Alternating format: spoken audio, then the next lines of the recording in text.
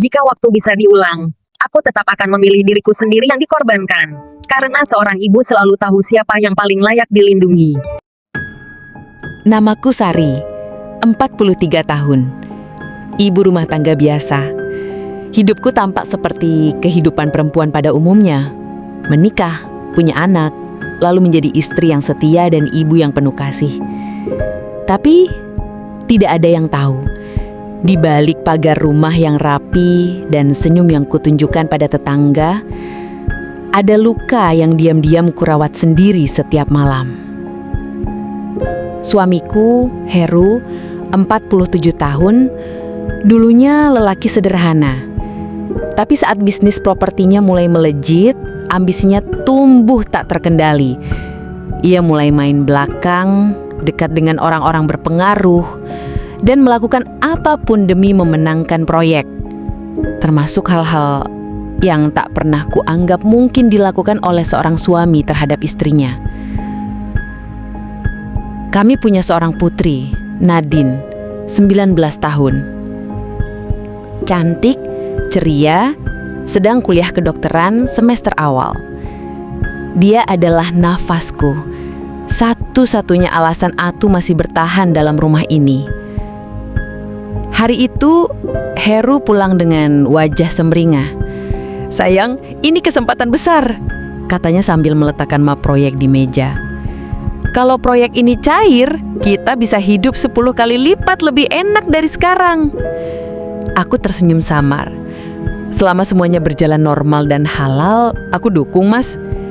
Tapi dia hanya terkekeh. "Masalahnya, sekarang nggak ada yang halal kalau mau cepat naik, Sar." Aku menatapnya dalam diam. Lalu dia mendekat, duduk di sampingku, menggenggam tanganku dengan dingin. "Aku perlu kamu temani klien malam ini." Dek. "Apa maksudmu?" tanyaku pelan. "Mereka nggak cuma butuh proposal, tapi juga hiburan. Tenang, ini cuma formalitas, sekedar jaga relasi, habis itu beres. Kalau kamu nggak mau..." Dia terdiam sejenak. Lalu ucapannya berubah tajam. "Aku akan pilih Nadine. Mereka udah lihat fotonya di sosial media. Tertarik katanya. Jadi pilihanku simple. Kamu atau anakmu." Malam itu aku seperti mayat hidup. Nafasku berat. Tanganku tak berhenti gemetar. Suamiku benar-benar menjadikan tubuhku sebagai alat tukar. Bukan hanya uang, tapi juga ancaman atas masa depan anakku. Keesokan harinya, dia memberiku gaun mahal dan menyuruhku bersiap. "Nanti malam di hotel, Pak Edwin pengambil keputusan utama. Cuma butuh kamu bikin dia senang." Aku hampir muntah. Tapi bagaimana aku bisa biarkan Nadine, anak yang tumbuh dalam pelukanku, yang kubesarkan dengan penuh cinta, jadi korban ambisi kotor ayahnya? Aku tak punya pilihan. Aku tak punya siapapun untuk mengadu. Semua harta atas nama Heru. Aku bahkan tak punya tabungan sendiri. Akhirnya, aku datang, mengenakan gaun itu, membawa tubuhku bukan sebagai perempuan, tapi sebagai tumbal. Kamar hotel mewah, lampu temaram. Pak Edwin duduk sambil meneguk anggur mahal.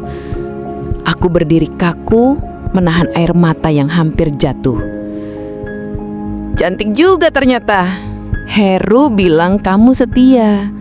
Tapi aku nggak nyangka kamu juga seberani ini," katanya sambil mendekat.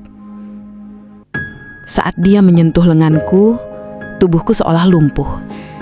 Tapi sebelum dia bergerak lebih jauh, pintu kamar tiba-tiba digedor keras. "Polisi, buka pintu!" Kekacauan terjadi. Aku hanya bisa mematung. Saat pintu dibuka paksa, 2 petugas masuk dan langsung menangkap Pak Edwin. Lalu Heru tak masuk.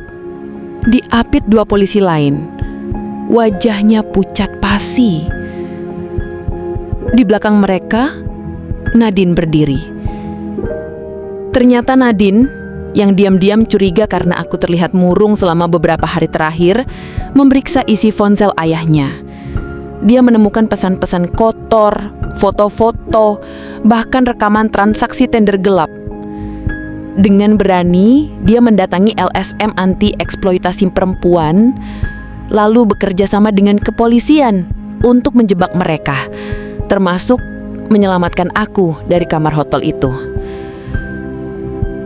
Bu, Nadine memelukku erat malam itu. Aku gak akan pernah biarin ibu hancur demi aku. Aku lebih milih hidup miskin, asal kita masih bisa tidur dengan hati yang utuh. Heru dijatuhi hukuman penjara. Namaku terseret di media selama beberapa minggu, tapi publik justru memihak kepadaku setelah kebenaran terungkapkan. Aku hanyalah ibu yang ingin melindungi anaknya dari dunia yang kejam, bahkan jika itu artinya menghancurkan dirinya sendiri.